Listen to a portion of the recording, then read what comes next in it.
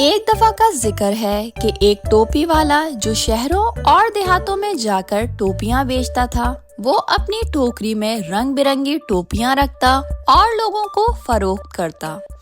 ایک دن جب وہ ایک قریبی گاؤں سے واپس آ رہا تھا تو اس نے سوچا کہ جنگل کے رستے گھر پہنچ جائے۔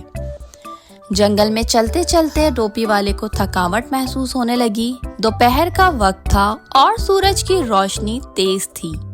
اس نے فیصلہ کیا کہ ایک بڑے درخت کے نیچے کچھ دیر آرام کرے گا۔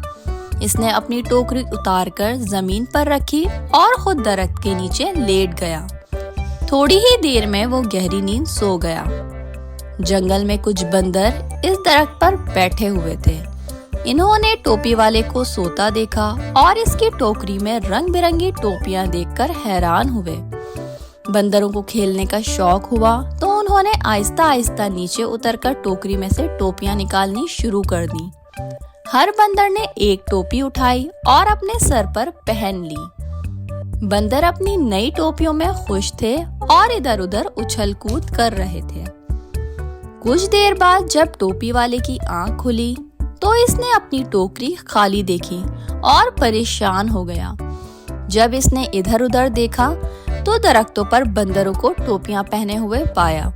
یہ دیکھ کر وہ پریشان ہوا اور سوچنے لگا کہ اپنی ٹوپیاں کیسے واپس لے۔ اس نے بندروں کو ڈرانے کی کوشش کی، مگر بندر اور زیادہ شور مچانے لگے اور درختوں پر چڑھ گئے۔